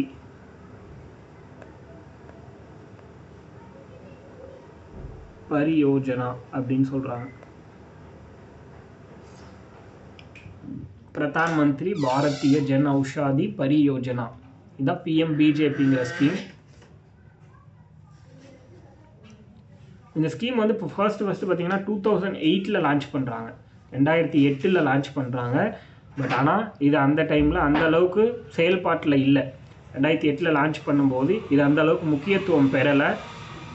அதனால் லேட்டர் 2016 நவம்பர் மாதம் ரீலான்ச் பண்ணுறாங்க. 2016 நவம்பர் மாதம் இதை என்ன பண்ணுறாங்க அப்படின்னா, இந்த ஸ்கீமை ரீலான்ச் பண்ணுறாங்க. நரேந்திர மோடி கவர்மெண்ட் வந்து இதை வந்து ரீலான்ச் பண்ணியிருக்காங்க. இது எதுக்காகனா, இப்போது நம்ம வயசானவங்க, இந்த மாதிரி விமன்ஸு, இவங்க எல்லாரும் வந்து சில நபர்களுக்கு நிறைய பிரச்சனைகள் இருக்கலாம். அதனால அவங்க வந்து நிறைய டேப்லெட்ஸ் சாப்பிட்ற மாதிரி இருக்கும். இப்போ ஒரு 1 மந்த்துக்கு டேப்லெட் வாங்கணும்னா ஒரு 5000 ரூபா 6000 ரூபா இந்த மாதிரிலாம் செலவாகும் இல்லையா? அந்த மாதிரி இருக்கக்கூடிய பீப்புளுக்காகவே டேப்லெட்ஸ் வந்து கவர்மெண்ட் மூலமாக, அது எவ்வளோ பெரிய காஸ்ட்லியான டேப்லெட்டாக இருந்தாலும் ரொம்ப ரொம்ப குறைந்த விலைக்கு எல்லாருக்குமே, அதாவது 5000 ரூபாய்க்கு வாங்குற டேப்லெட்டை வெறும் 500 ரூபாய்க்கு வாங்குற மாதிரி ஏற்பாடு பண்ணி கொடுக்குறது தான் இந்த ஸ்கீம். புரியுதா? ஸோ இதை வந்து பார்த்தீங்கன்னா நீங்கள் எங்கே கேள்விப்பட்டிருப்பீங்க நிறைய இடங்களில் ஜன் ஔஷாதி கேந்திராஸ் அப்படின்னு எழுதியிருக்கும். அதாவது பிரதமருடைய சம்திங் இருக்கும், மருந்து திட்டம் அப்படின்னு சொல்லிட்டு அங்கங்கே ஒரு கடை இருக்கும், ஜன் ஔஷாதி கேந்திராஸ் அப்படிங்கிற பெயரில். கேந்திரானா கடைகள். பிரதமரின் மருந்து வழங்கும் திட்டம், குறைந்த விலை மருந்து வழங்கும் திட்டம் அப்படிங்கிற மாதிரி இருக்கும். அதாவது எவ்வளோனா 50% 90% வரைக்கும் மருந்தோட ரேட்டை வந்து குறைச்சி விற்பாங்க இந்த ஸ்கீமுக்கு கீழே. 50% முதல் 90% வரை மருந்துகளுடைய விலையை குறைத்து விற்கக்கூடிய ஸ்கீம் தான் இது. புரியுதா? ஜன் ஔஷாதி ஜன் ஔஷாதினா மருந்துன்னு அர்த்தம். மலிவு விலை மருந்து திட்டம் அப்படின்னு சொல்லலாம் இதை. To provide affordable high quality generic medicine to citizen through Jan Aushadhi Kendras. புரியுதா? அதாவது to provide affordable highly quality generic medicines, high quality generic medicine அப்படின்னு சொல்லலாம். அதாவது குறைந்தபட்ச மற்றும் மலிவான விலையில் மருந்துகள் வழங்குதல்.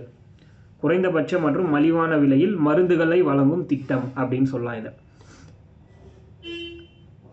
இப்போ புதுசாக வந்து நீங்கள் இப்போ நான் வந்து ஒரு இது முடிச்சிருக்கேன், பிஃபார்ம் முடிச்சிருக்கேன். பிஃபார்ம்னா என்னது, பேச்சுலர் ஆஃப் ஃபார்மசி நான் முடிச்சிருக்கேன். அதனால நான் ஃபார்மசி ஒன்று ஓப்பன் பண்ணலாம் அப்படின்னு இருக்கேன்.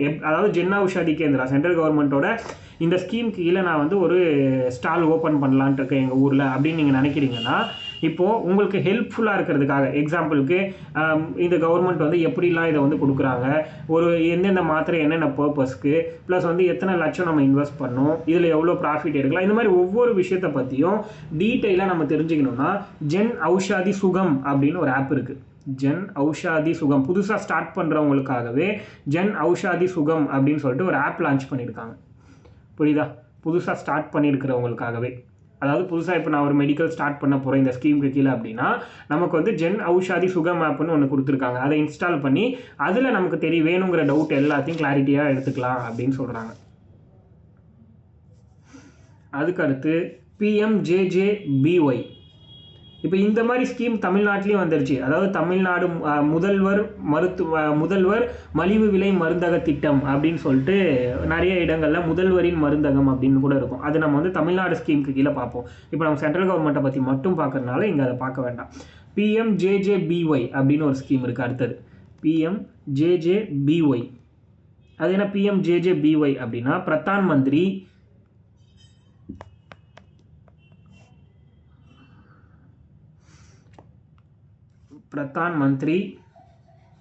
जीवन ज्योति बीमा योजना. जीवन ज्योति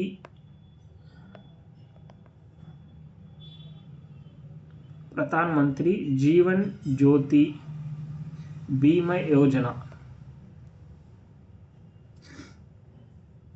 ஆக்சுவலி பீமான்றது BIMA போட்டனால BIMAன்னு வரும். பீமா யோஜனா, பிரதான் மந்திரி ஜீவன் ஜோதி பீமா யோஜனாங்கிறது 2015 ஸ்டார்ட் பண்ணியிருக்காங்க. May 9, 2015. May 9, 2015 இந்த ஸ்கீம் லான்ச் பண்ணியிருக்காங்க. பிரதான் மந்திரி ஜீவன் ஜோதி பீமா யோஜனாங்கிறது 2015 May 9 ஸ்டார்ட் பண்ண ஒரு ஸ்கீம்.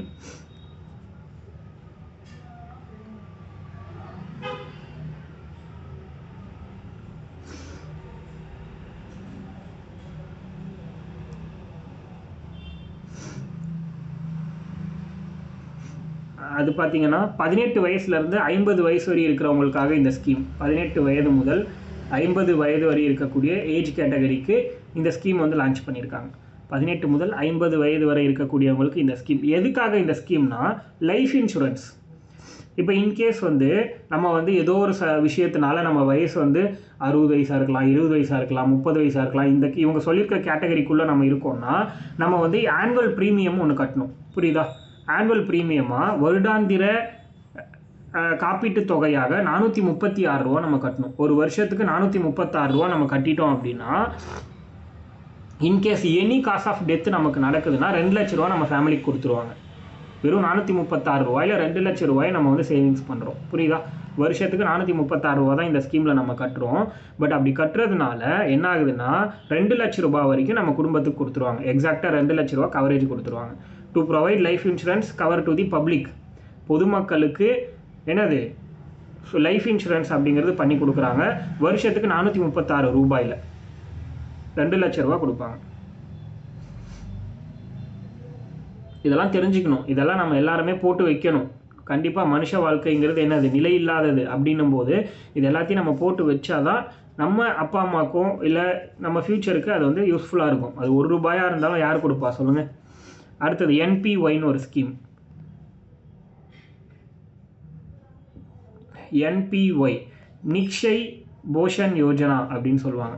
நிக்ஷய் போஷன் யோஜனா. இந்த நிக்ஷய் போஷன் யோஜனா NPY அப்படிங்கிறது ஏப்ரல் 1, 2018 ஸ்டார்ட் பண்ணியிருக்காங்க. ஏப்ரல் 1, 2018 ஸ்டார்ட் பண்ணியிருக்காங்க.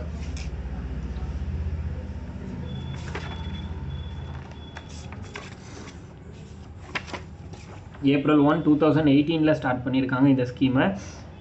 இது எதுக்காக அப்படின்னா டியூபர்குலோசிஸ், அதாவது இந்த டியூபர்குலோசிஸ்னால் என்னது, காச நோயின்னு சொல்கிறோம்ல, இது வந்து பார்த்திங்கன்னா காற்று மூலமாகவே பரவக்கூடிய நோய். இப்போ வந்து நம்ம அவங்க கூடயே வாழ்ந்துட்டு இருக்கோம். டிபி பேஷண்ட் ஒருத்தங்க நம்ம வீட்டில் இருக்காங்கன்னா அவங்க கூடயே நம்ம வாழ்ந்துட்டு இருந்தோம்னா ஏதோ ஒரு வகையில் நமக்கும் அந்த டிபி அஃபெக்ட் ஆகிடும். அது வந்து அவங்க தும்மல் மூலமாகவோ இருமல் மூலமாகவோ ஏதோ ஒரு வகையில் அவங்க கிட்ட இருந்து நமக்கு அந்த டிபி வந்து அஃபெக்ட் ஆகிடும். ஏன்னா இது காற்று மூலமாகவே பரவக்கூடிய ஒரு நோய் தான் டிபி. எலும்புருக்கி நோய்னு சொல்லுவாங்க. அந்த நோய் வந்துச்சுன்னா நம்மளை காப்பாற்ற முடியாது, ஆனால் வாழ்நாளை நீட்டிக்கலாம். அதுக்கு எந்த ஒரு தடுப்பூசியும் கிடையாது அப்படின்ற மாதிரிலாம் சொல்லுவாங்க.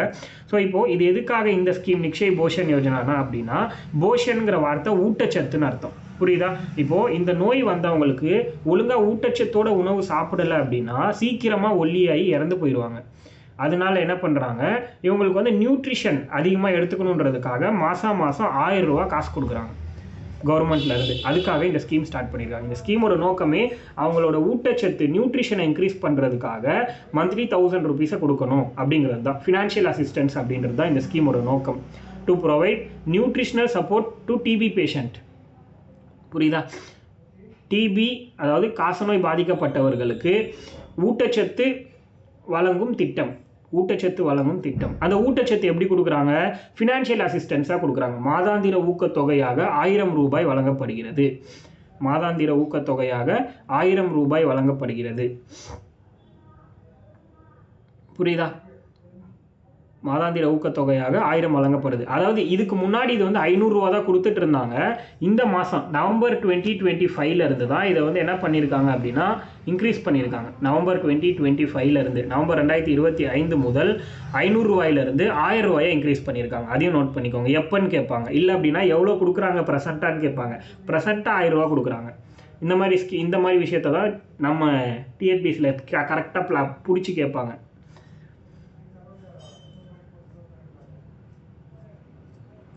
ஓகேவா?